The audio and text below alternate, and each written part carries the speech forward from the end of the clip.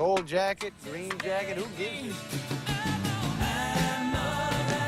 Hello, everyone, and welcome back to the Gold Jacket, Green Jacket podcast. We are here for episode 90. My name is Christian Dragonetti, and ladies and gentlemen, for the first time in what has felt like not long enough, CBN is back! CBN which is one back! is Yay! All right, you can leave now. Thanks, Sup, Jolly. See, man. I'm going, man.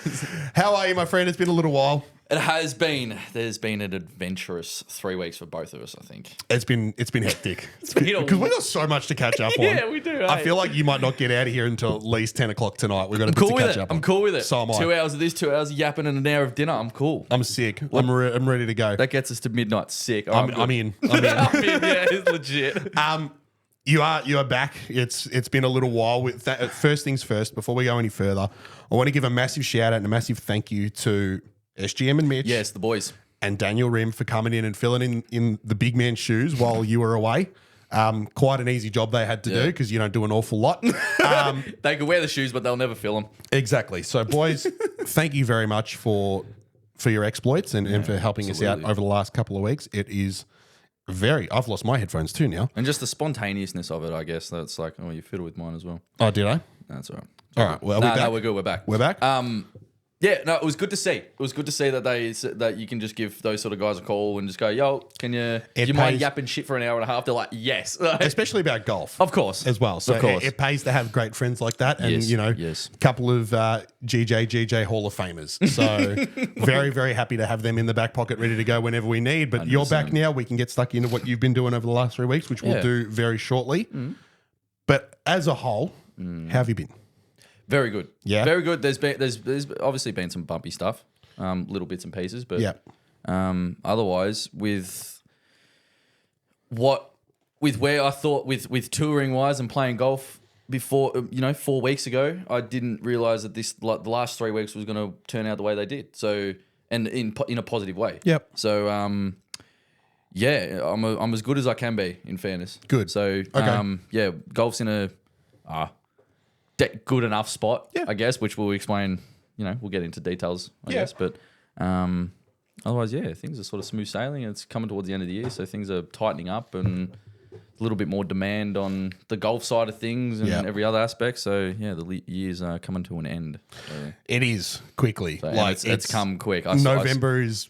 I think this might go out in November. I swear I felt like it was just in July where I'm just like, I got to prep for this, like my first, the first tour event of the season, blink, and it's almost November. You're like, what the fuck? Yeah. Like, Well, this will go out on the 31st of October, so Halloween. Wild Halloween, yeah. Where are we? Holy fuck. Holy shit. That's crazy. Now.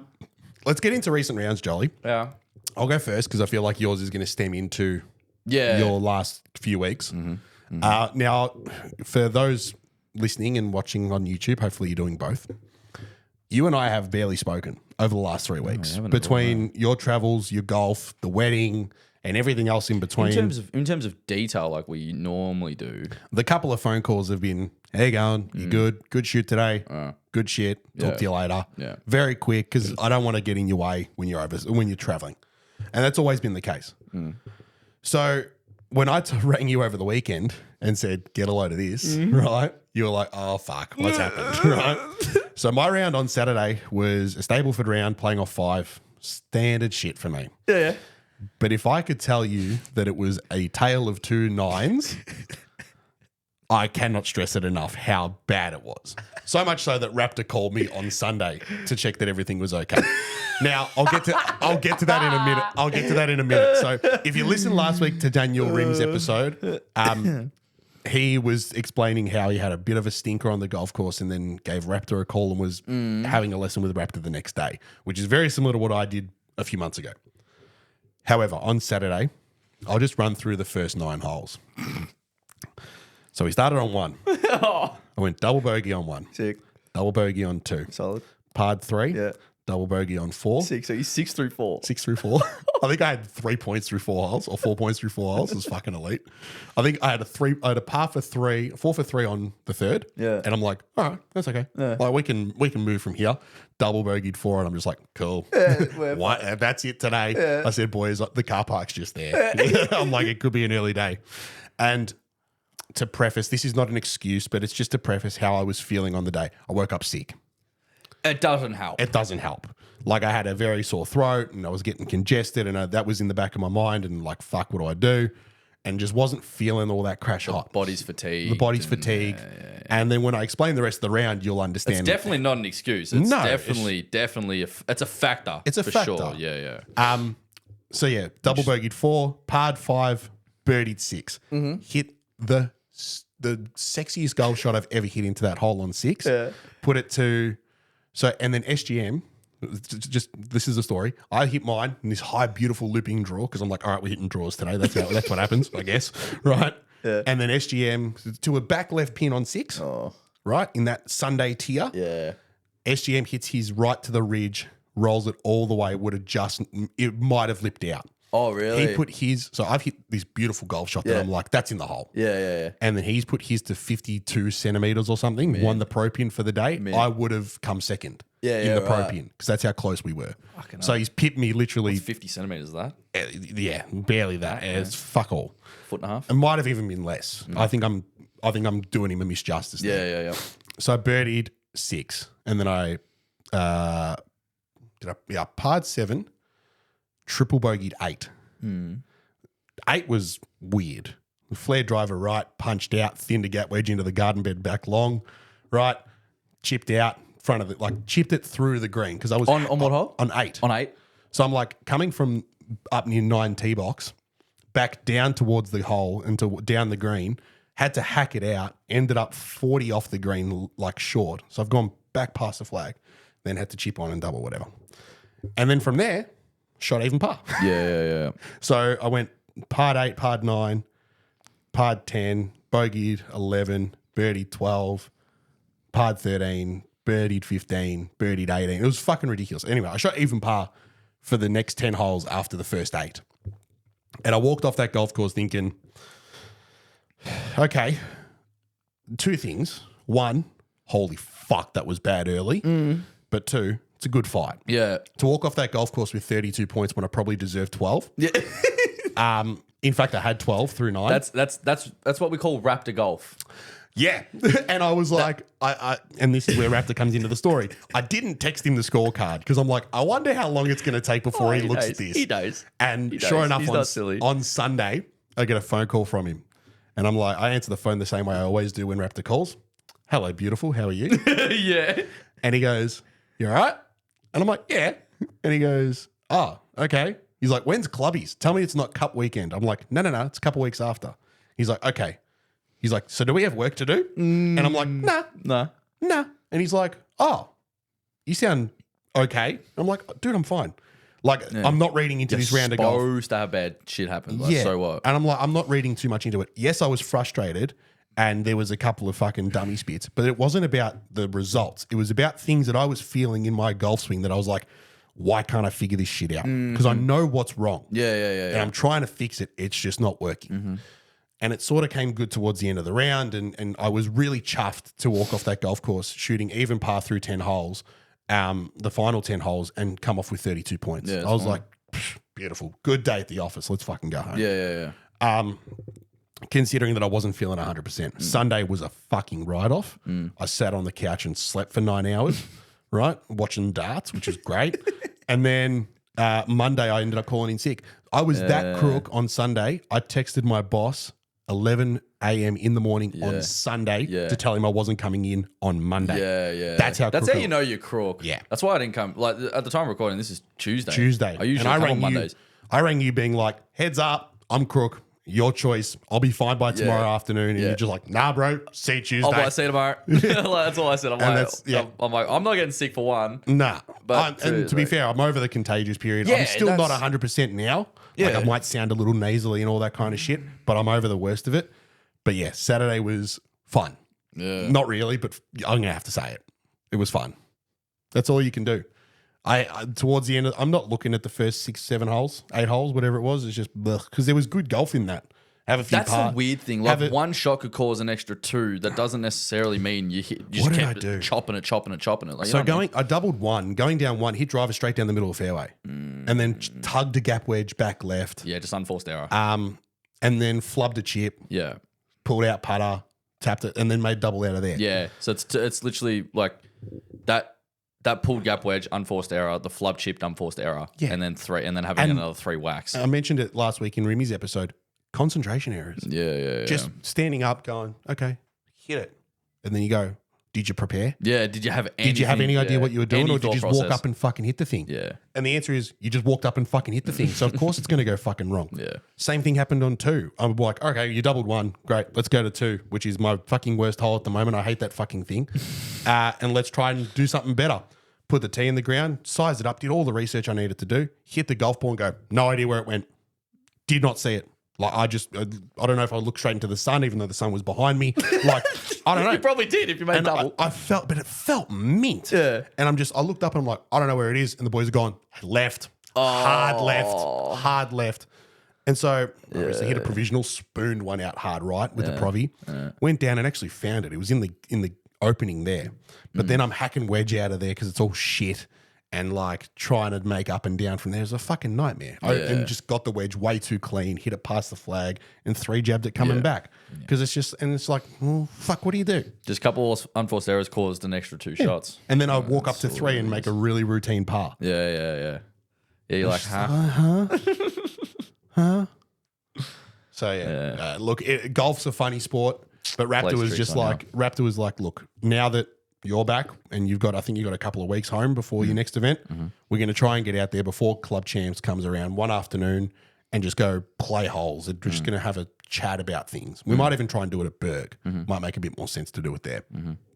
But we'll just have some fun with it. I'm not reading too much into it, despite the fact that I've rambled on about it for way too long.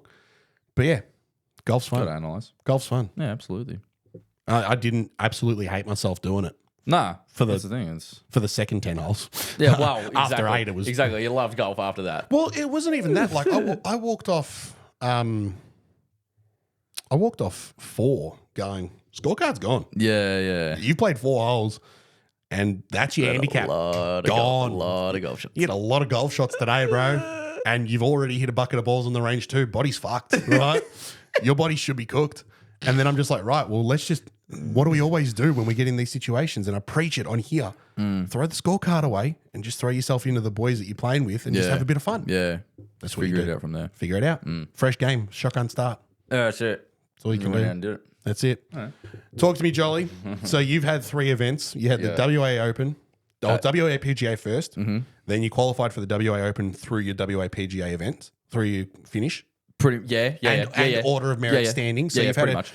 Let's just start from the start. I'm going to try my best to do this. I'll see how what your understanding is, and then starting off this season, you've had some really solid events and really solid results, right? Yeah. Top 10 finish in PNG really sets the tone. Yeah, Right? Yeah. You've out of the 5 events that you've played, you've had 1 missed cut. Yeah, made 4 from 5 cuts. 4 from 5 cuts, which for anyone in their first season on any tour is impressive, right? So it's because of your good results early in PNG and Darwin that you then got into WA PGA and then WA Open and then the Adelaide Players Series. Yep. Right? And so we were up in the air a little bit when you were here before you left for WA, being like, well, are you going to get into these events? Are you just going for 1 week? Are you going for 3? Turns out you were there for all 3. Fan-fucking-tastic. Yeah. Right? So WA PGA first, made cut. What was the highlight? Just off the top of your head, what was the one highlight of that tournament? The highlight was the golf course. Golf course is unbelievable. The golf course is Which was? unbelievable. Kalgoorlie. Oh, yeah. So it's picturesque as all fuck. 6 and a bit hours, pretty much straight east of Perth, in the middle of buck nowhere. Yeah. Right. It's actually the town or the place is actually bigger than I thought. Yeah. But As they often are. But the golf course is like, I was so impressed. It's literally no shit. It is in desert and it's pure grass, pure lush fairway grass.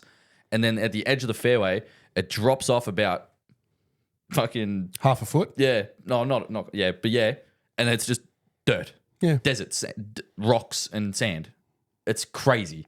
And like laid out, gorgeous golf course. It's scenic. It's pretty tricky. It's long. Watching it on man. TV was really special. So cool. Raptor mentioned it when he was in here with us that this was an event that you need to keep your eye out for. Yeah. And the Oz Tour did a great job of publicising that on their socials. Dude, the cameras and the foot and the actual broadcasting of all the visual on TV is 10% of how actually impressive that place is. Yeah, right. Okay. It looks cool on TV, but when you're there, you're like, whoa! Like standing on the 8th tee is unreal. Yeah, right. It's sick because there's this awesome par 3, and then you're looking down on 7, and you can just see the shape of like a couple of the holes. It's just And there's really a cool. par 3 there where the green is like shaped like the map of Australia. No, that's at Mount Lawley.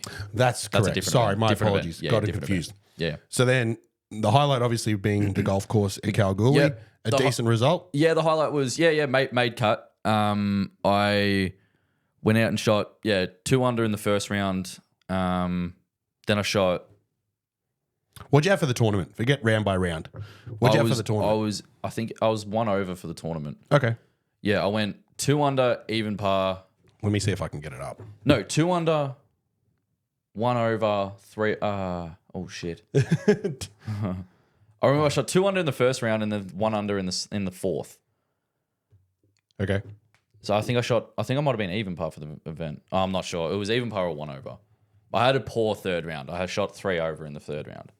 So you went 71, 72, 75, 71. Yeah. Oh, okay. So 1 under.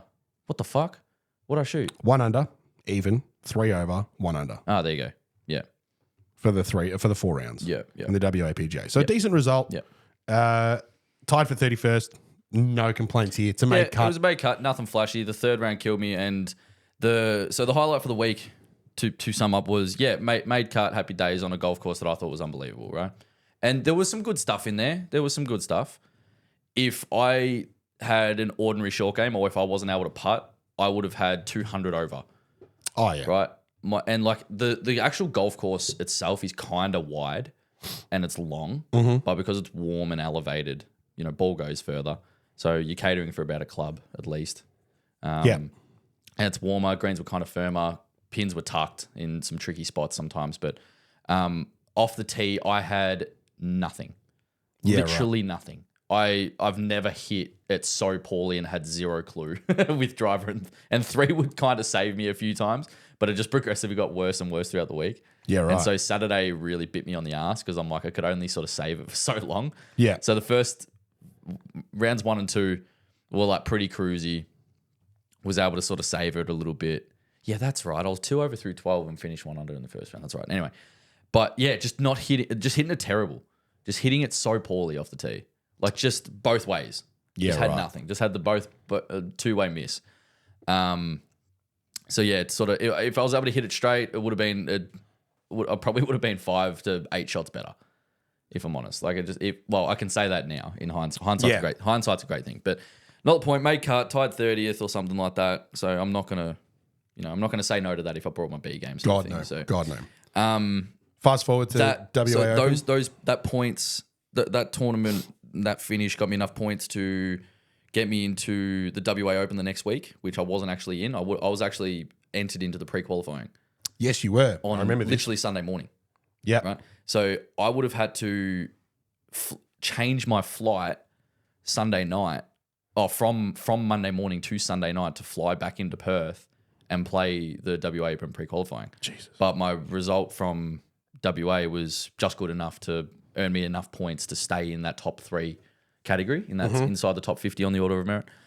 So I didn't have to pre-qualify, which is great. I was able to still stay on that flight on the Monday morning and sort of cruise in and just treat it like another event, right? And anyway, so flew into Perth, WA Open, held at Mount Lawley, which I played the back 9, 10 months ago or 8 months ago or something like that. So I vaguely remember it.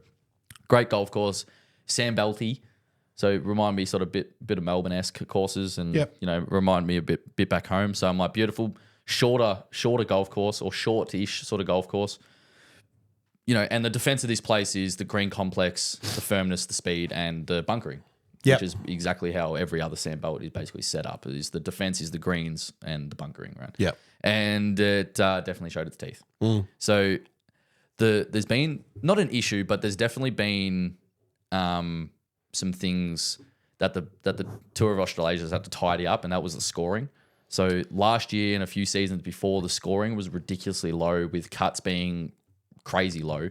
2, 3, 4 under sometimes, and so there's been not complaints, but there's just been there's just been things said going. Just murmurings of This needs to be fixed. yeah, This needs to be not fixed. necessarily fixed because But- you want to see golf tournaments produce low scores. Of and you course. want to see players playing well. Of course. But you also want to see them not completely take the You want to piss. see him tested. Correct. Right, so at Kalgoorlie, that was great. I think the cut line was 1 over or something like Yeah. that. The winner finished at 13. Right, And I and if think- you're going to go out and have a great week, like anything better than 10 under, you've gone out and had a good week on a hard golf Yeah. course, right? And if for anyone that did watch the WA Open in Perth, The winner had 7. the winner was 7 under. Yeah. and we had a fucking good field at the WA Open. You had a great field. We had I'm a just really looking. good field, very strong. So for the just winner to looking at some- only be 7 under, and it just that place really showed its teeth and exposed your weaknesses for the week. And I just on that topic of scoring and whatnot, I suppose what we've seen in the last sort of 2 to 3, maybe even longer on the PGA Tour is they've really thrown their hat in the ring of we want golf courses to be responsive, firm, fast, but also soft and gettable Yeah. all in the same time so that the winner, the cut's at 3 under and the winner has 33. Do you know what I mean? Yeah, in some sense, yeah. In some sense, yeah. Whereas I think here in Australia, we liken ourselves a little bit more to the UK and sort of that links golf mentality of just like, nah, regardless of where you are, it's a test, it's a challenge, it's tough. Yeah. The golf course is in its best and almost most difficult condition. May the best man So win. it's good. And so you because- want to see cuts at over par. yeah. Even. Well, And the winner have last year on 2 the tour, over last year or on the 2 Aussie under. tour, the at the end of the season, I played 2 events at the end of the season that I got. One I qualified for, and one I got in based off a category, some random category. Yep. So I played the Heritage Classic and the National Tournament. Both great events. Both great events, but the winner at the National Tournament was 18 under. The winner at Heritage Classic was 24, right? And I shot 2 under for the 2 rounds in Heritage, missed cut. Yeah. Shot 4 under for the National Tournament, missed cut, right? There hasn't been a cut under par yet this year Yeah, that's on good. the tour. So they've tidied that up. It's really good. The lowest winning score out for the first 5 events was Matthias this week, just last week in Adelaide, which was completely out there. If you went and played that golf course and you said, oh, the winner had 16 under, you'd be like, oh yeah, that makes sense. Yeah. Like, and you still got to Matthias- go out and shoot some. You got to go play some golf. Like it's not a given. And Matthias is a gun. And he's a jet. He's an a absolute jet. jet. Like I've He's played with him a couple sync, times yeah? before. He's part of that sync golf group. Yeah. Cool. He was but he's been on the tour for a while. Hats off to him. It was awesome to see some of the scores he shot and some of the golf he played. But We get a bit of correspondence from Jake. yeah, Who's fully part of Sync. Yeah. So He's a good bloke. He's and all. They're likes awesome. a bunch of those our boys. stuff. They're awesome. Those boys, I'd too. like to organise something with them if Hopefully we could a soon. collab sooner or later. I've spoken to Kieran before, and he sort of goes, "Yeah, wait till the better weather comes." And anyway, Yeah, cool. I'm so down. we'll foreshadow some of that. But Absolutely. nonetheless, WA Open. So yeah, we'll move away from WPGA. Yep, cool. Got me into WA Open. It was awesome. I was excited. Mark Leishman was going to be there. He was playing. There was a Mark couple other- Leishman was in the field. And He was that in the is field. fucking unreal. and it showed. The response and the support we got from the member base and some locals coming out there. Like Crowds are bigger. crowds were awesome. Yeah. Crowds were so cool. It was so like a lot of people out there. And no Lot disrespect of here to Mark Leishman. That's fantastic that he can draw such a crowd. So Think good. about what Rory's going to do Oh man. at Royal Melbourne in December. Mate, if you And guys haven't Minwoo Lee, if you don't have fucking tickets, get them now. it's going to be such a good Aussie Open. So I can't wait to just walk gonna be so fairways cool. with you, Raptor, Remy, and a few of the other boys. Beers in our hands. I might leave the car at Royal Melbourne for a week. I'm walking. I'll just ring the GM and be like, I'll pick it up next week. Don't worry about it. Yeah. Put it on the Holy Pad. I'll be right. That's it. Anyway, but WA Open, Mount Lawley, they just newly renovated it in the last. kept talking about 18 that on months. the coverage a 18, lot. 18 months to 2 years. So they got I think OCM they got in there. Yep. And they tidied it up and did what they need to do, new greens, and it showed. Fuck me.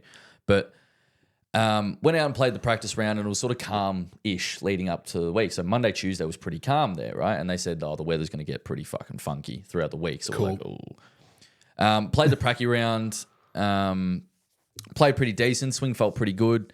And then on Wednesday, there was like, not niggles, but I'm like, okay, I'm off the tee, it's still pretty average. I'm going to have to, Golf niggles or body niggles? No, golf niggles. Good, Golf okay. niggles. Body's been feeling good for a long time now, which is good. But, and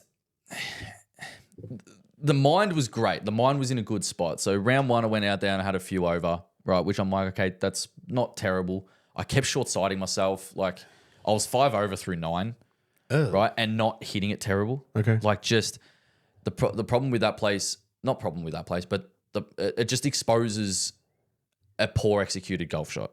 And like when I say exposes, you're not making par if you short-side yourself. You just can't. Yeah. So the greens are too firm. They weren't like rapid quick, but they still rolled very well.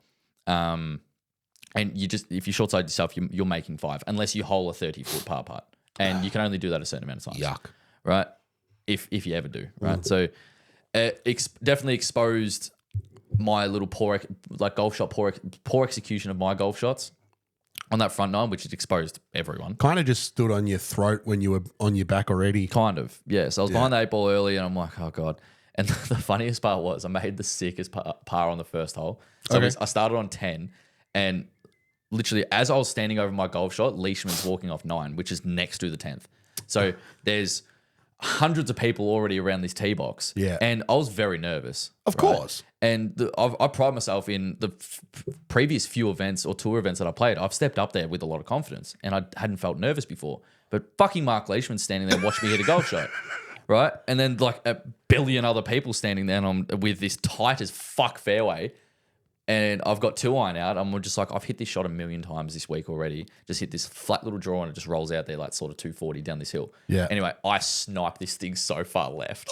Right? And I hear a couple groans in the background going, ooh. Right? And I'm thinking in my head, that's fucked, right? So I reload, hit another one, hit the shot I intended the first time. For fuck's sake. And I looked at one of the guys, like some of the spectators going, oh, I should have done it the first time. Like this, right? They're like, anyway. So I'm like, cool, good 7 to start, Joel. Didn't, found it, right? Had 155, hit like this 60-meter hook out of it to the edge of the green, made up and down. Oh, man. Made up and down for 4. And I felt like looking back at the tee box and rallying everyone, made par. 4. Just do one of these ones. 4 for 2. Made 4. Yeah. Fuck off. Anyway, so I'm like, so I looked at one of my play buttons going, ooh, Jesus Christ, that could have been bad, right? And yeah, just couldn't quite get away with hitting a poor golf shot that often. Right. So, you know, it exposed me weaknesses and not weaknesses, but the game plan and the shots that I was intending to hit throughout the first 2 rounds, I just didn't quite execute them well enough. I just wasn't swinging it good enough to execute the shots I wanted to, even though the game plan and the idea was flawless. Yeah. The idea of the shot that I wanted to hit was great. I just didn't execute. So, I had like 3 over, 4 over or something like that. The cut was at 2 over. So yeah, missed it by a few. There's a few other massive names as well that got their teeth kicked in as well. But nonetheless, it was hard and definitely sort of gave me something to work on leading up to last week. Anyway, so yeah, we ended up... Big names missed the cut. Yeah, Jesus. yeah. Which I'm just looking at it now. Yeah. Just fucking, yeah. But it was good to see Leishman did really well. He did. He finished awesome. in the top 5, I think. Top 5 or something like that. He drew a really good crowd. Ollie Becker from South Africa. How cool is that? It was awesome, yeah. That was really good to see. Got the dub. And I was watching this event sort of down the stretch and he was sort of floating in and around. I think he made a bogey late in his last round and was kind of sitting back a couple and then he caught it back up. It was a good result. Yeah, good win from him. That place was set up. That was tournament golf. It was so hard. Some of the pins were like, what the fuck? Like you just couldn't. It's the kick in the teeth you're waiting for. It was exactly what we were expecting from that place. Like if they had to set up the greens kind of gettable and a little bit softer and put the pins in the center of the greens, it's a different golf course. But nonetheless, it was really good. And then fast forwarding to Adelaide, and then which was last week. So at the time of recording, it was like literally 2 days ago it ended. Yep.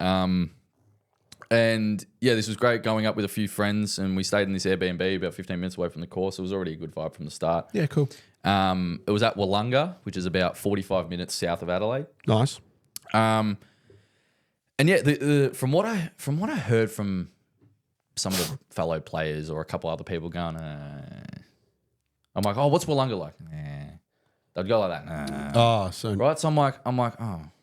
So I was thinking, oh, maybe it's Kind of lowers your expectations. yeah, a little lowered bit. my expectations. But I got there. I'm like, this is great. Yeah. Like, it's a country deck. Like, you go out there. If you were in the area and you went and played this place, you're not going to be unhappy with it. Oh, It cool. was awesome. Okay. It was awesome. I really enjoyed it. Yeah, it's cool. pretty like the actual fairways itself are so tight. Okay. Right. The actual golf course itself, you can there's a few holes where you can really miss it wherever you want and be okay. And off the fairway, it was really weird. There was like patchiness of rough, and some of the rough was this long, like Oakmont thick. Yeah, right. And then it would go into like this weird bare patch, and then it would go into thickness again. It's like it was. If you missed the fairway, you knew about it. Like Okay. if you just missed the fairway, you knew about it. So it was it was tricky. So hitting fairways was absolutely crucial. It's not a long golf course at all. So you're hitting a lot of 4 irons, 4, 5, 6 irons, sometimes 2 irons, and the occasional driver here and there. So I probably hit 5 drives around, sort of thing, on mostly the par 5s. Yep. And occasionally a couple of the par 4s where you can just sort of hit it anywhere you want. Yep. Tree lined as well, so and gettable, very gettable. Very you can gettable. go out and definitely post the score. Right. And unfortunately, my biggest weakness in the past probably 6 weeks with anything is just off the tee. I'm really, really, really, and usually that's it's a strength of my game. It's a pretty straightforward part of your game normally. That usually I'm very automatic. 'Cause Just peg it up and be able to lace one just with a tight draw, like a tiny draw. Like that's usually just my normal shot. I know we've been chasing a bit of speed and a bit of distance recently, but I don't think that's gotten in the way of No, it hasn't. of the rest of it. It hasn't. It's kind of just added a little bit. So to Yeah. hear you say for the last month, I'm struggling off the tee, Yeah. it's ringing alarm bells here because you know It was, yeah. It's got to cost me a little bit as well. And I'd pull out 3-wood, and I hit 3-wood once. I hit one golf shot with my 3-wood in Adelaide, just one. That's all I needed. It was on this 17, this par 5 where I needed to hit this high cut. That was it. That was it. Everything else was like hit a lot of 4 irons off the tee, a lot of 4 irons, Okay. and a couple 2 irons in here and there. But like you hit one driver, maybe one driver on the front 9, or 2. shit. You hit Okay. on the first and maybe 4, Okay. maybe. Oh, and 9 as well. But yeah, you're not hitting a lot of drivers around this golf course. Greens are pretty soft and receptive and stuff like that. And considering it's just a country sort of public deck, they had it in great condition. Oh, good. It was really good. And considering some of the rain that they'd copped Holy leading up fuck, to, did it rain? dude, leading up to the week, I was so impressed with the actually quality of the place. Okay, good. It was really good. And then so I'll say my recent round, which is probably my favorite round in the last 3 weeks. Oh, not favorite, but The one you look back fondly. the one that I really would like to see my game be like that the whole time, every time, was probably round 3. Yeah, round 3 last week. Okay. Or just all the rounds I made the cut. Yeah. So was round 3, which was Saturday last week.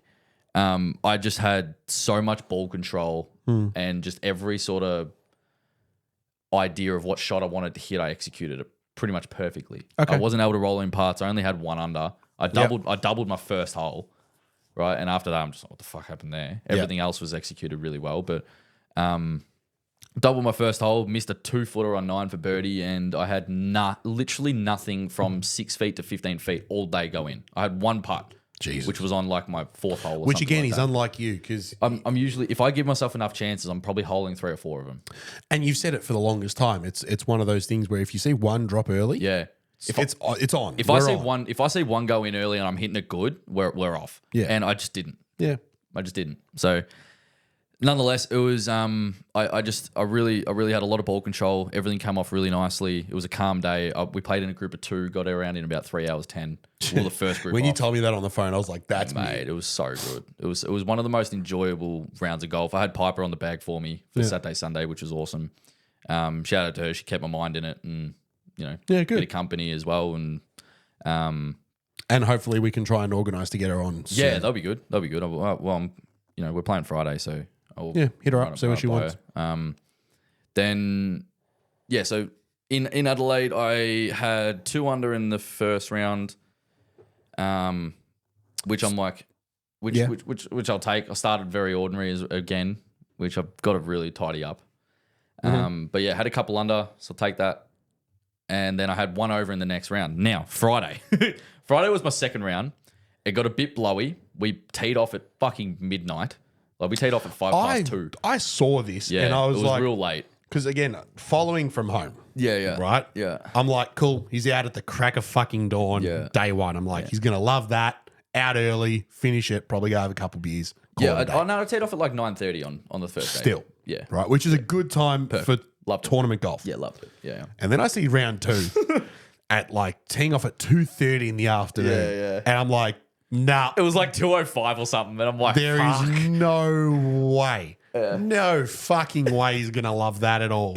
No, well, Because if that's me, I'm thinking we're going to have a hit after work at that time. You know what I mean? See, in tournament golf, I don't care. Yeah. Tournament golf doesn't matter because I'm there to play the tournament. Where if you called me and said, "Oi, Friday, you want to play at like 2:00?" I'm like, "Fuck no, Fucking get out. no way." I'm like, "Are we having a hit? Like, is it? It's going to be dark on our second hole. The fuck?" Yeah, correct. Right? But no, I ring you and be like, so the only time on the sheet available is 2:10, and you're like, cool. How about next week? yeah, but with tournament golf, it's like you get what you give in bad luck. Yeah, like not even exactly. bad luck. You don't get you know beggars can't be choosers. So, it is what it is, and it wasn't slow or anything like that. It was a bigger field, and they incorporate it with the WPGA as well. Yeah. Of Australia, which is awesome. So, then so teed off at like 2:00, and I suffer from really bad hay fever. Really bad hay fever. If I don't medicate myself.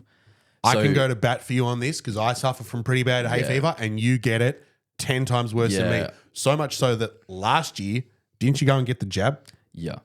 So I had to get... if you know anything about hay fever, especially in this country, right? If you're a case where they recommend you get an injection for it, you cop it fucking bad. If you have to go to... Not go to hospital, but if you have to get admitted into a certain part of a hospital to get stabbed with fucking needles... Yeah. And then Because you're allergic to grass. And then get given this little packet that has no label on it. Yeah. Going, take this every second day. Yeah. You get it fucking bad. Yeah. So I get smashed by it if I don't medicate myself early. If I don't get on top of it before the season. Because if I just start taking like 2 Telfasts every morning...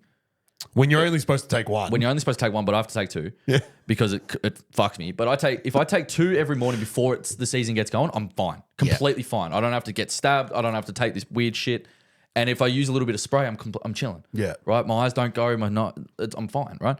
Anyway, I took one on the first round. It was fine. Took one in the second round, and I'm standing on the range at about 1:15 in the afternoon before the second round, and I'm like, oh no. Oh, shit. I'm like, uh-oh. And I can feel it when it's coming. Yeah. I can feel it because it starts getting tingly here. My eyes start going. I start to, like, anyway, mate, I almost withdrew. Midway through the second round because I'm like, my nose is dripping. I couldn't see. My sinuses were up here. Felt like you had literally a lighter up against my face. Fucking hell. I'm burning, right? It was windy as well. Right. And I'm just like, I was in pain, genuine pain. Holy shit. Like all up through my nose and eyes and head. Like it was fucked. And my towel, oh my God, you should see the state of my towel. So, and the amount of shots, we almost got put on the clock because I had to keep stepping away from shots because I would stand over it, my eyes would water and my nose would drip. So I would have to like pick in between shots or like whenever I fucking sneeze or something like that. It was absolute torture. Absolute torture. And it looked like I'd been crying. Like it looked like I'd literally been in a fight. Fuck right? hell. Anyway, and how I even shot the score I did or even made the fucking cut with how I actually felt is beyond me. We shot one over. I shot one over par and I walked off the golf course and didn't know what I had. I had no idea. I walked off and like two of my housemates, Nathan and Piper, were like, how'd you go? They're like, are you good? And I'm like, guys, I'm in trouble here. Like I need to go score and we need to go because I need to take some shit and I need to get in the shower and get some steam up me because I'm fucked. Right. Anyway, and the worst part was I was short of breath. The heart was fucking going like I was in trouble. It was fucked. Right. Anyway, I walked out and the scorer goes, 1 over, Joel. I'm like, hey? I'm like, was it 1 over? Yes, it was. No. 1 over. No. That's what it wasn't like that. But my scorer was like 1 over, Jolie. I'm like, yeah, I think so. And I hold a couple like 8-footers for par, like my last 4 holes or something like that.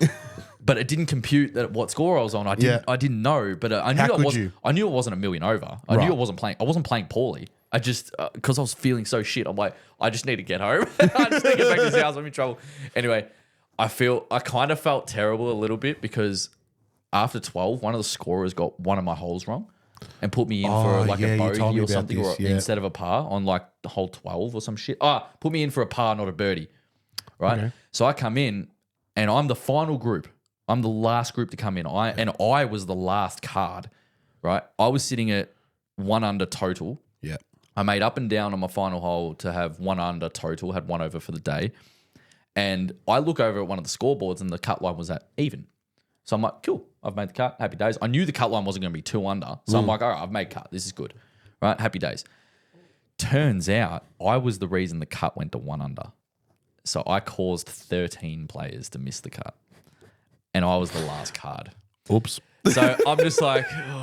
And there's some big names in that 13 as well. I'm just having a look. I'm just like, oh boy, that's gonna look fucked. It's like, sorry boys. Oh, sorry lads. I'll see you in a few weeks. But I didn't realize at the time. And then Nathan goes, oh no. And I'm like, what? And he goes, you caused the cut to go to 1. And I'm like, hey. I'm like, I was at 1 under 4 holes ago. How did I make it go when my score was submitted? They go, they had you at 2 over, not 1. And I'm like, oh boy, like, this is awkward. So anyway, the next day, 4th round, one of the guys. Third round. One of the guys. Did that cause just quickly? Did that cause a bit of commotion? Like not really in the moment when they're like, oh, who's got this wrong? Like, nah, because the live scoring out on the course doesn't matter. Well, it does. It does. Oh, so the scorers were just doing the app.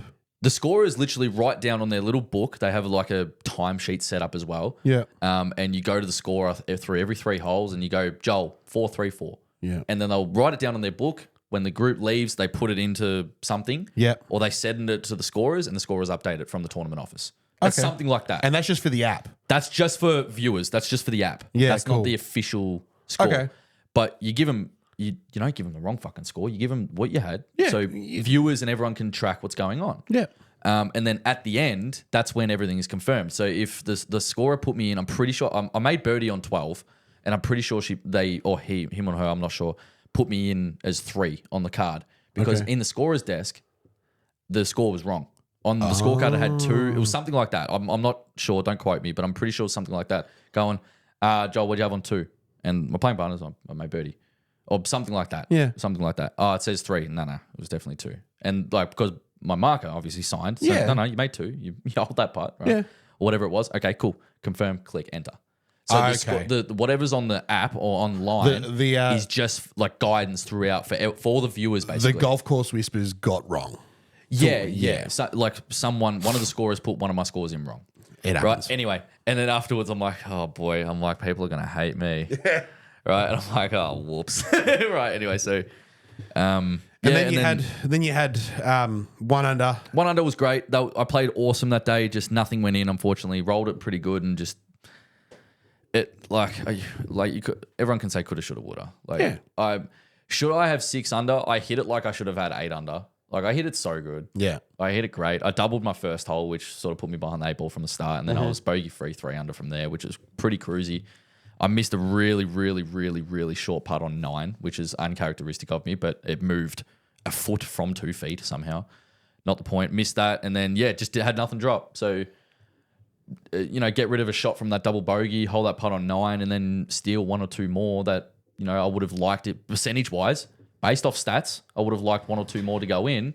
1 under turns into 6 pretty quick. So, I could easily say that and listeners can roll their eyes going, oh, yeah, I had 54 over and I should have had 10. Like, I'm not saying that, but bringing it back, It could have been a really good one. The retrospective score is one that Andrew Stellis likes exactly. a lot. It could have been really good because I hit it really solid, and then the final round, I'm like, I'm going out trying to shoot a score here. Didn't hit it great. Did not hit it great at all. So was it kind of just like tournament, for lack of a better term, you're in the mindset of tournament's done.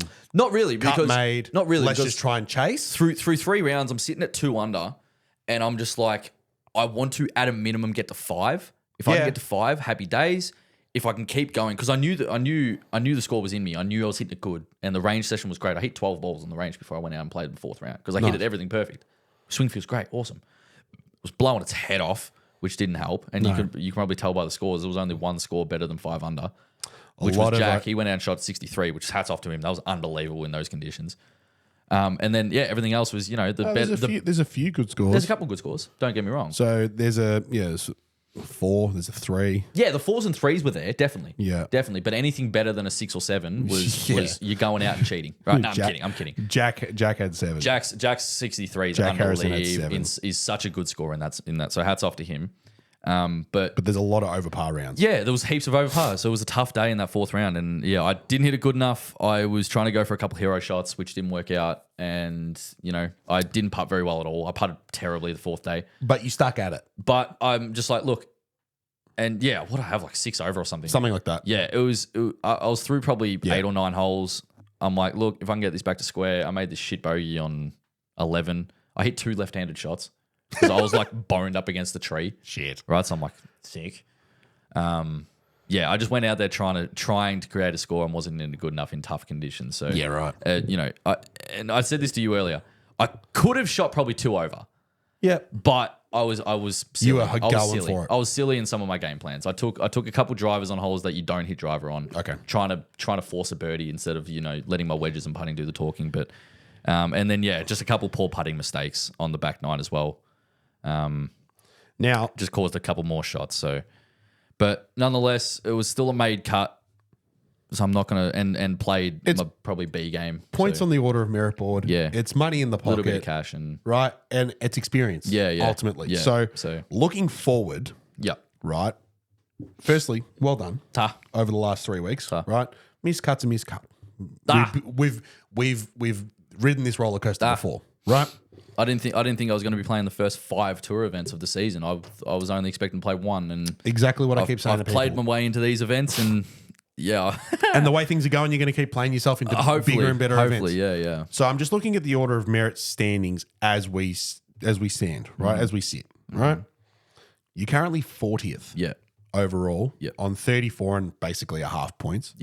That surely has got to be good for something. I don't know how this part of the tour works. Yeah, so basically because it's still this side of the calendar, my current position right now is there's a category that is called like the non-exempt within the top 50. Okay. So if you don't have full exempt means you get into the event. You're in everything. You're in the event. So exempt categories are 11A or better. Everything else is non-exempt. Okay. Sort of. But anyway, so because I'm not exempt, but I'm one of the top 3 non-exempt players inside the top 50 of the order of merit. And there's a category for that, which gives those sort of players the opportunity to continue playing in events, proving themselves, basically. Okay. So my question then for you is, out of 100%, I want you to give me a percentage of how likely you think you are to get into 2 events. Oz PGA and Oz Open. 0.1%. 0.1%. Yeah. For both of those events. Yeah. Okay. That helps. So not 0.1%. That's wrong. The current status that I have now, 0%. With where things are standing 0%, right now. 0%. Nothing. So all due respect, what you've done in the last 5 weeks means fuck all. Means nothing. Cool. In Good terms to know. In terms of so basically I've got it here. Yeah. You've got the order of merit there. Yeah. But I'll show you the top 3 non-exempt order of merit category that got me into WA PGA and WA Open. That, and because there's so many WPGA, DP World Tour players. Okay. That makes sense. So the category that got me into WA PGA and WA Open is currently not even a fucking category at the moment, which is weird. In WA PGA and WA Open. In Aussie Open, Aussie PGA. But in complete fairness, I had completely forgotten the fact that there would be a significant influx of DP World Tour players. It's co-sanctioned. It's a co-sanctioned event. I understand the that. Aussie Open and Aussie PGA are technically DP. I had completely forgotten about that. I just knew that Rory was coming, and I was like, all right, that's it. And then Joel's going to be playing with him, and that's me. All right. And I'm, but, okay, that's good to know. Otherwise, the only way I can get into the Aussie PGA and Aussie Open is I either win one of the next two events if I get into them, which is the New South Wales Open and the Queensland PGA. Yes. So I'll need to win one of them, or the Oz PGA and Oz Open. I just go qualify for them. I just go to the pre-qualifying. Oh, okay. That's the only two ways I can get into them. Yeah, cool. And I'm assuming that's you're going to have a crack at the pre-quali. Oh, absolutely. Yeah. 100%. Yeah. So the pre-qual for the Oz PGA is somewhere up in Brisbane. The Aussie Open is either at Spring Valley or Woodlands or something like that. Cool. So go out, shoot a score. Let me try know and when play that them. is, because I wouldn't mind coming along if I've got an RDO. Absolutely. Because that'd be cool. However, the next two events on the calendar are the New South Wales Open and the Queensland PGA, which is back-to-back weeks in November, mid-November. Coming up. In 2 weeks. So myself and Raptor did the math yesterday. We're pretty confident I've done enough to get into the New South Wales Open. Okay. I'm pretty sure. Yeah. I'm pretty sure. So I get into that non-exempt category, which is the top 3 players inside the top 50. Yep.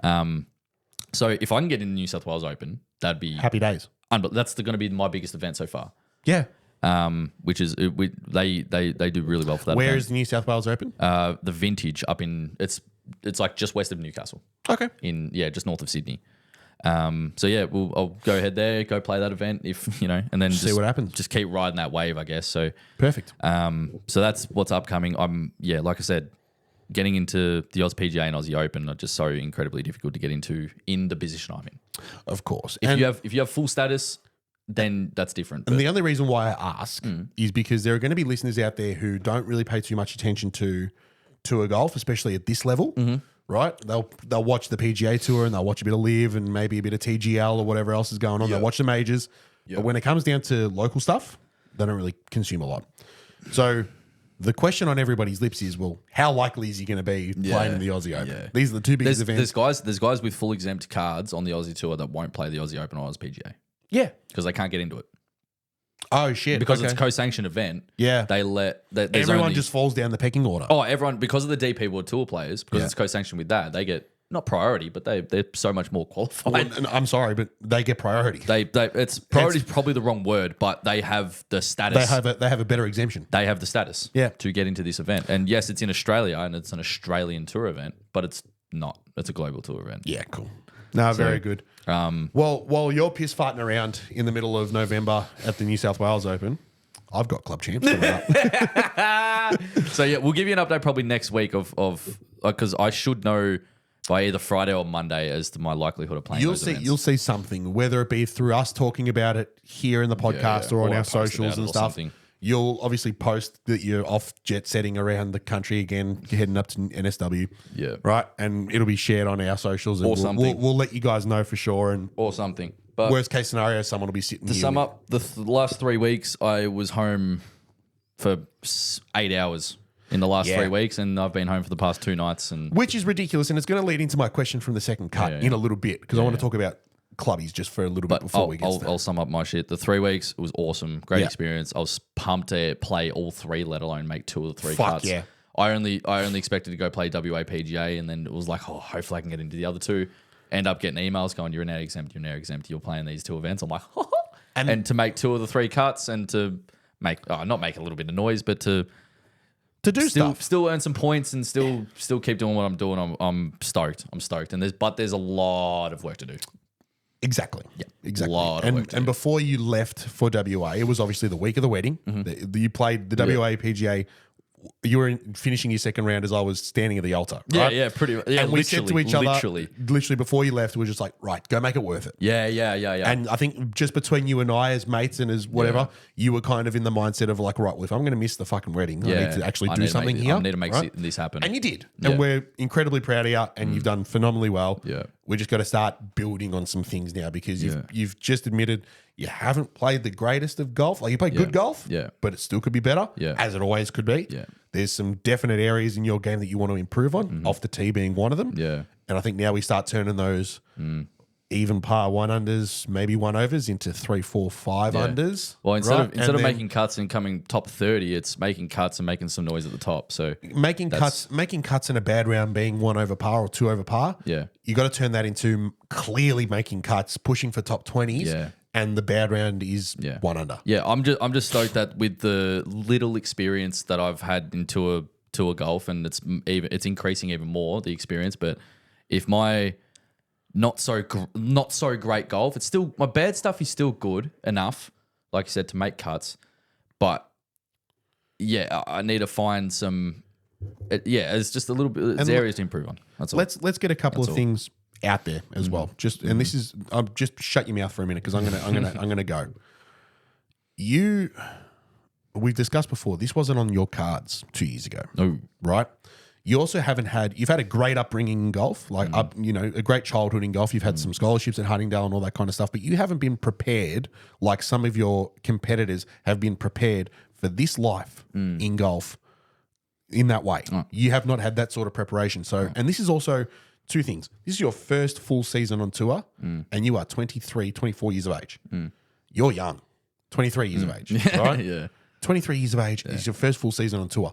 The expectations are fucking down there. Yeah, for myself anyway. Yeah. So far. I think for a lot of people who know you and who understand where you're at in the grand scheme of things, some people might be listening going, well, if he's as good as he says he is and he's playing off +5 and all this kind of shit and blah, blah, blah, and he comes in and says he shoots 600 at Rosanna every fucking week, why isn't he fucking winning all these events? It means fuck all. Doesn't mean anything. Right? Because anyone at your standard can go shoot those numbers off the white course at their local golf club. Correct. No dramas. 100%. Right? And everyone is. But to be your age, at your level, which is phenomenal, right?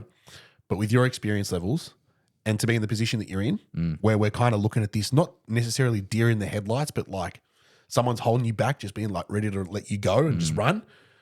I think it's phenomenal, and I think it's really exciting. Yeah. So watch this space because there's going to be good things coming. I'm sure of it because I know you and I know what you're like. Right? You're not going to do things half-heartedly. Nah. You're diving into this head first, and you've got a good group of people around you supporting you. So. Correct. This is just the beginning. Yeah. There's going to be a long way to go, and we can't wait to see where it goes. But for now, keep doing you, man. Just riding the wave, man. Yeah. Just keep riding the wave. Now, like I said, in a couple of weeks in November, you're going to be piss farting around up in the New South Wales Open, and I've got clubbies. Yeah, you do. Right? So Raptor obviously rang me on Sunday and spoke about a bit of what are we doing about this? And I'm like, nah, nothing to read into. And he's concerned for clubbies in that phone call. I could hear it in his voice. There's a little bit of concern. Okay. So as of right now, clubbies for me at the golf club starts on the 15th of November, so in 2 weeks. Right? I've got the run sheet here for how the 4 days are going to go. 2 back-to-back weekends. So Saturday, Sunday. The 15th and 16th, and then the 22nd and 23rd. I'm playing in the Arvo every single day as an A-grader, which I don't particularly like personally. But like you said, it's tournament golf. Yeah, you play when you're told. Different, right? Yeah. They've changed up a couple of things. I don't know if you'll remember from last year, but we introduced a 2T start last year. We're keeping that. We're going to groups of 3, potentially 4 in some cases.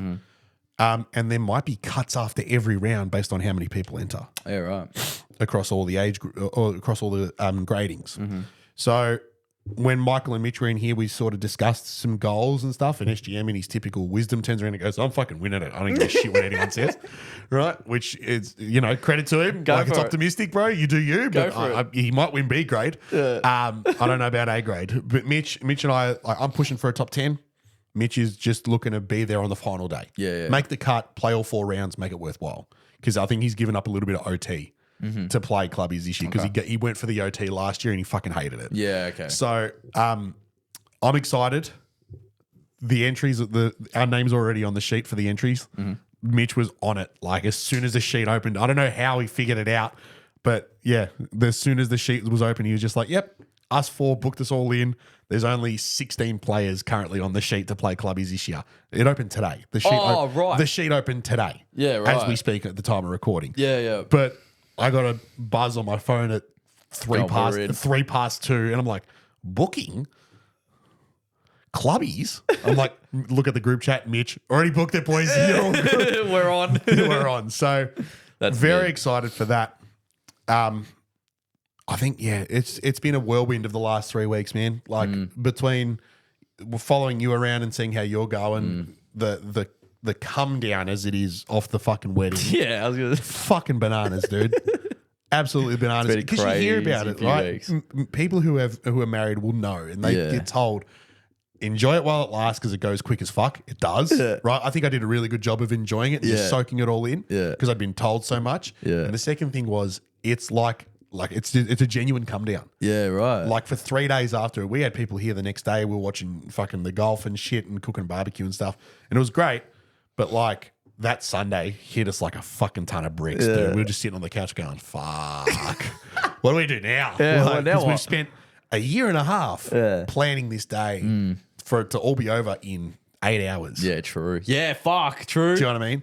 Ali was out of the house at 7 o'clock in the morning to get hair and makeup done.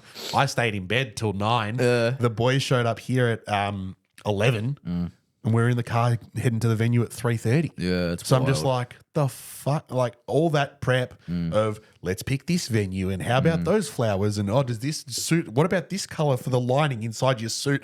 And I'm just like, all this bullshit and managing not just myself and Ali, but 6 other people in our bridal party, trying to get them all in the same place at the same time for suit fittings and dress fittings and come here and go there and let's go for dinner as well. All that fucking bullshit for what was genuinely, the ceremony went for 15 minutes. Yeah. So look, it's been a rush and to have your tournaments in the background sort of just there and Ali's turning around going, you see what Joel did today? I'm like, yeah, it was pretty You good. shot 50 over. Yeah. And then it's like, oh. Some weeks it's like, oh. It's like, oh, that's good. Oh. I swear, after Sunday, right, a pretty poor round Sunday just gone in Adelaide, she looked at the score and goes, he sucks. And I'm just like, yeah, well, something's happened. He sucks sometimes. Sometimes he sucks. That's it. All right. But no, it's been fun. It's been fun to see how you go and to keep track of it all. But I'm happy that it's done now. We can get back to a little bit of normality here. Before shit hits the fan again. Exactly. We're off on this fucking whirlwind again. So thank you again to SGM and Mitch and Daniel for coming in. Credit and to filling those in. boys, eh? And we got to try and organise some things. We want to get more guests in. I'd love to get Piper in and see if she'd be interested. That'd be good. Even if we go meet her somewhere because I think she lives on the other side of town. So Pretty much, yeah. So we'll she'll be right. we'll figure something out. Otherwise, questions from the second cut, Jolly. Have you got one? I do. Do you want to go first? Or second? I can if you like. Because I told you what mine is roughly. I've already forgotten. What do you think is the biggest misconception of professional golf? That it is the biggest misconception. What I think it is exactly what I discussed earlier, and that is that people believe that if someone plays off +4, +5, +6 at their golf club and they play unreal, that they can go and carry that on into tournament golf. Yeah. Easily. Yeah. Right? I fell into that category with Toby because Toby's played in a number of big events, Aussie Opens and PGAs and whatnot, and he's done really well for himself in that sense. Obviously, he's in China and playing on the tour and whatnot. And I was definitely in that mindset of, fuck, this bloke fucking hits it unreal. He hits it so far and so straight, and he shoots 9 under every week at Berg, and he's going to win the Masters. He's going to win the Masters in 5 years, and I'm going to be, and Toby's such a fucking salesman when it comes to it as well, because we'd be playing holes with him, he'd be like, boys, when I make it big, right? And he's just and if you know Toby like we do, he's talking out of his fucking ass, but he'd say stuff like, boys, Nah, you gotta have you got to have goals. You gotta have a goal. And he always had that goal. He always did. You got to set yourself expectations. And I think that knowing Toby like I do now, there was a little bit of just like, this would be sick, but I'd love for this to happen, but I don't know. Right? And he'd say stuff like, all right, I'll move to the States. I'll fly you all out. We're going to play at my home golf course out there. I'm going to have my chef cook us meals and shit. And I'm just like, this is all big picture shit. Yeah. And it sometimes it doesn't go that way. And you have to be just as prepared for that than you do for the success, right? And for the stars. So I think the biggest misconception about pro golf and the tour golf that you've experienced over the last 3 weeks is that casual viewers don't understand how hard it is. Yeah.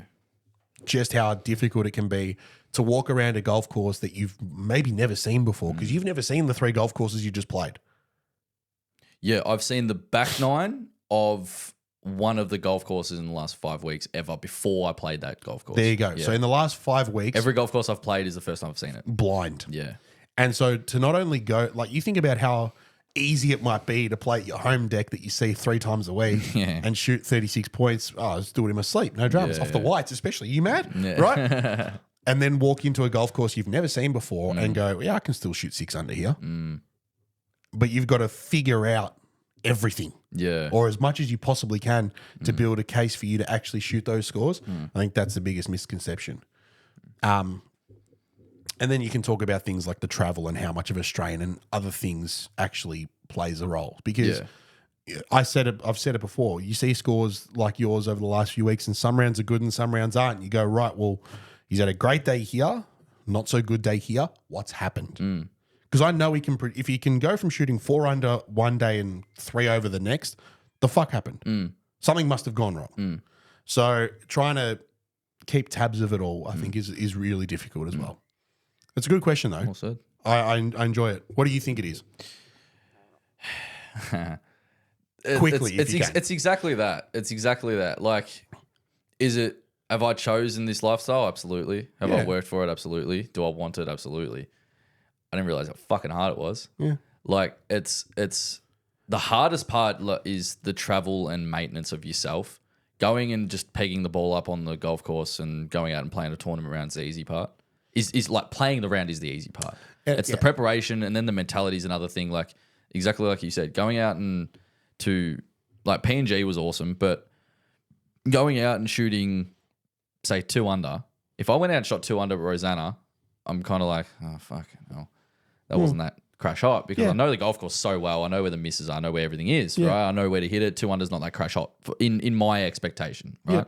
Whereas going out and shoot 2 under during a tour event where the course is the hardest it can possibly be, depending on the course, like that's pretty good. Yeah. Right. And you see the top 2% out of the entire field that will go out and post a 5 or 6 under.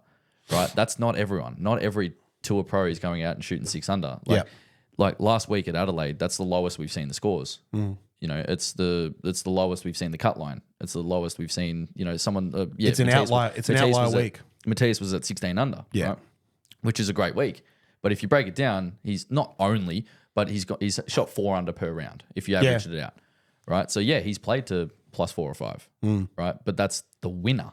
Yeah, the best player throughout the whole week has played to that, right? And if you look at the grand scheme of things, if you look at the average, like the average, not even the average. The top 40% is what the cut is, basically. Yeah. Sort of thing. So there was 144 players in the entire field. 144 players, and there was top 50 in ties. Yeah. I think it worked out to be there was like 58 players, total players. So that's less than half. That's like 36% of the entire field is able to play on the weekend. And that's hard. That was 1 under. That's hard. So it's like... Yeah, the misconception is no, we don't go out every tournament round and go shoot 4 under. No. It's, if you did, you're number 1 in the fucking world. Yeah. You're Scotty Scheffler if you do that every round. You only see the highlights on TV. Exactly. Like, you only see the good shots. You only see the putts drop. You see the birdies, the eagles, and the hole-in-ones. And you very rarely see a bogey, a double bogey. It also, we're fucking human too. Yeah. Like, it's really it is difficult to be away from home and still maintaining yourself and eating and sleeping and working and you know, doing all the maintenance within yourself, and then getting your mind ready. Being away from home is hard. Like, getting your mind ready and then going out and producing a score. And if something goes wrong, it's the hardest to bring it back in down to earth, and then going out and still producing a result. So it's one thing that if, and Luke says it the best, my boss, he goes, if it was easy, everyone would do it. Of course. So, and I love that, because I'm like, fuck, okay, I you know, you can be hard on yourself to get better and improve, but like, you got to cut yourself a little bit of slack as well. And then, but yeah, in terms of answer the question, the biggest misconception is like anything under par during a tour event is great. Yeah. Is great. That's good. And you mentioned it before, you're not just, the playing golf is the easy part. Kinda, when you're traveling. Kinda. Because as soon as you leave the house and you lock the door behind you on your way out, you've got to be your own travel agent. You've got to be your own accountant. You've got to be your own secretary. You've got to plan everything, do everything, figure everything out. Hopefully you've done a lot of that before you leave. Actually, I've got it. Yeah. Right? But then the rest of it, you've got to do on the fly. You don't know, because you hear stories all the time about blokes getting a call up to play in an event, and then they don't have their golf clubs. So they got to go to the shop and buy a set of golf clubs or rent a set of golf clubs. And they're going out in a PGA Tour qualifier with somebody else's golf set. Yeah. And then they try and figure it out. Yeah. You know what I mean? Yeah. That's the worst case scenario, but like shit happens. Yeah. Life gets in the way. Yeah. So being able to juggle all that and still produce a good score, fuck me. Good luck if you try. It's weird. I actually kind of gave a guy a spray once when he said, "Oh, how was your holiday?" Ah, fuck off. Fuck off. How was your holiday? I'm like, fucking excuse you? Yeah. And he goes, well, didn't you go away and play some golf? I said, I went to work, dude. Yeah. And he's like, yeah, but how was it? I'm like, yeah, it was good. It wasn't a holiday, mate. No. What the fuck are you talking about? Like, did I enjoy it? Absolutely. Was Yeah. it fun? Yes. Was it hard? Even more so. Yeah. But like the way he said, oh, how was your holiday? I'm like, bro, you got no idea. But, and like, that's the thing. The travel is hard. Is it enjoyable? Absolutely. It still is. Like, don't get me wrong. Like flying into Perth and Kalgoorlie and then getting on another plane the week after and then flying back to Melbourne and then driving back to Adelaide. Like, it is fun if you do it with someone. If you like being alone, do it. Like, be alone. But it is enjoyable, yes. It absolutely is. I'm not going to say it's not. Is it hard? Absolutely. But yeah, it's not like when people go, oh, how like, shout out to mum, she'll listen to this. But when she goes, oh, you're just living the absolute dream at the moment. I'm just like, I'm living somebody's. Yeah. I always say that just to stir her up, just to give her the shit stir. Like, but yes, it is awesome. Yes, it is cool to travel and play and do what you love as your job. But on the other hand, it is just as challenging it's the hardest thing you've ever done. Because the hard part is all up here. It's all that's the mental strain is the hard part. Yeah. That's the hard part. But otherwise, yeah. I feel like to bring it back down to earth, it's sick. Oh, fuck yeah. It's awesome. And I feel like there's going to be an awesome, real deep dive into that once the season's done. Once the season's done, then we'll do a go full into things year in review, season in review episode of the toll it takes. Everything. Yeah. Nothing's off the record. But the thing is, like, we can yap all we want about how hard it is. The hard part's showing up and playing good golf, and then the next best is making the cut. That's the hard part. And then being in contention's even harder. Then fucking winning, man. Like, I can't imagine how hard that would have been. Like, you see Mateus, he's been up there for the past 5 or 6 years. He's been on tour and won last week. He finally got his first win, right? And he's a decent name. He's a pretty big name in Australian golf and up there on leaderboards. And he just won one. Yeah, it's like, do you realize how fucking difficult it is? Like, and it's not just at this level. You look at Tommy Fleetwood, one of the best in the world. It takes however long, 10 years plus to win a tour event, on the PGA tour event. Exactly. Like, he's won heaps of global tour events, but it's hard. Yeah. But is it awesome? Yes, it's so cool. It's so cool. It's awesome. I wouldn't trade it for anything. Nah, good. Genuine. I'm glad you're Wouldn't in that trade it for mindset, anything. and I hope you can stay there for the rest of the season. Yeah, and we'll have another deep things dive. can only get better. Absolutely. So, very good. My question is: would you rather? All right, we haven't had a would you rather for a while. So, Joel, would you rather have every event that you play in be relocated interstate? So you never play an event here in Vic again, and you can travel there however the fuck you want. Planes, trains, automobiles, whatever you want. Or have every event moved to Victoria, but you can only get there on public transport. Oh, what the fuck? So it's like, trains, buses, Ubers. No, I'm not even allowing Ubers. Just buses, trains, and that's it. And a push bike. I'll give you a push bike. Give you a scooter. Yeah. Actually, walking. Walking? Yeah. What if it's like buses and trains, because you can figure it out. Ew. Oh, So I'll go through it again. Would you rather have every event that you play in moved interstate, so every other state except Victoria, and you can get there however you want?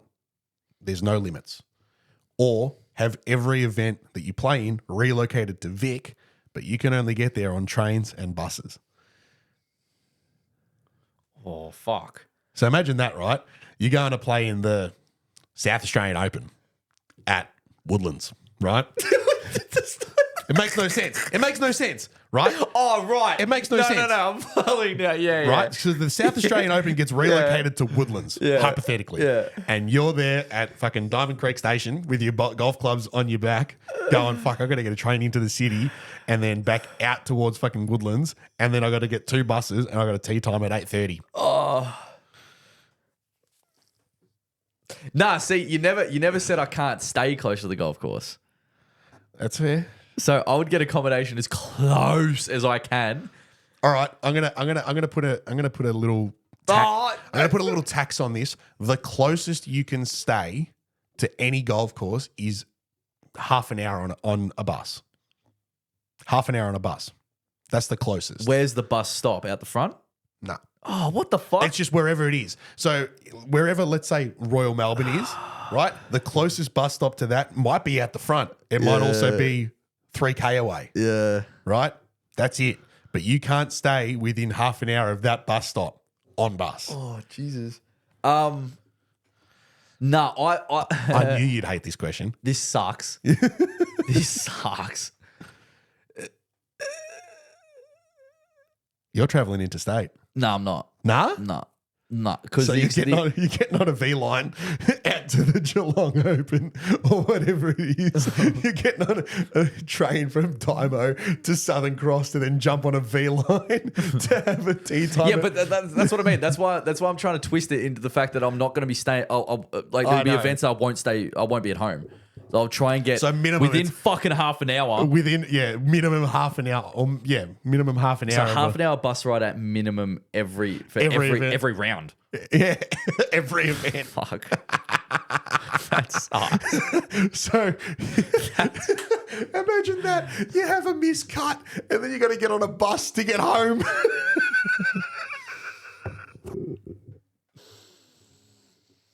I'm evil. I'm sorry. No, I would do every event is in Vic. Yeah. And I'd do the public transport thing purely for expense reasons. Okay. So planes and and hire cars and stuff like that really add up. Yes. Really add up. I'm very fortunate in my position. I have some support. Some great sponsors. I have some great support with that. So, but it's still, I would have everything in Vic because there's still occasions where we can't stay within 20 minutes of the golf course sometimes. Yeah. So we're going to be driving and we've got hire cars that we're not comfortable in this car or something like that. It's not ours and blah, blah, blah. So we're already sometimes uncomfortable with the travel anyway, regardless. So, yeah.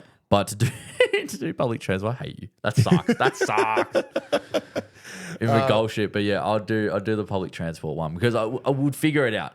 Would figure out the best, most efficient way. I can just see to you do it. like the night before scaring. I'm sitting at Southern Cross just going at 6:50 in the morning, just going. Train delayed. Fuck, like you know. And there's blokes like who've been out the night before looking at you going, just looking at you. Who's this bloke? Fucking muppy with his shirt tucked in. What the fuck? No.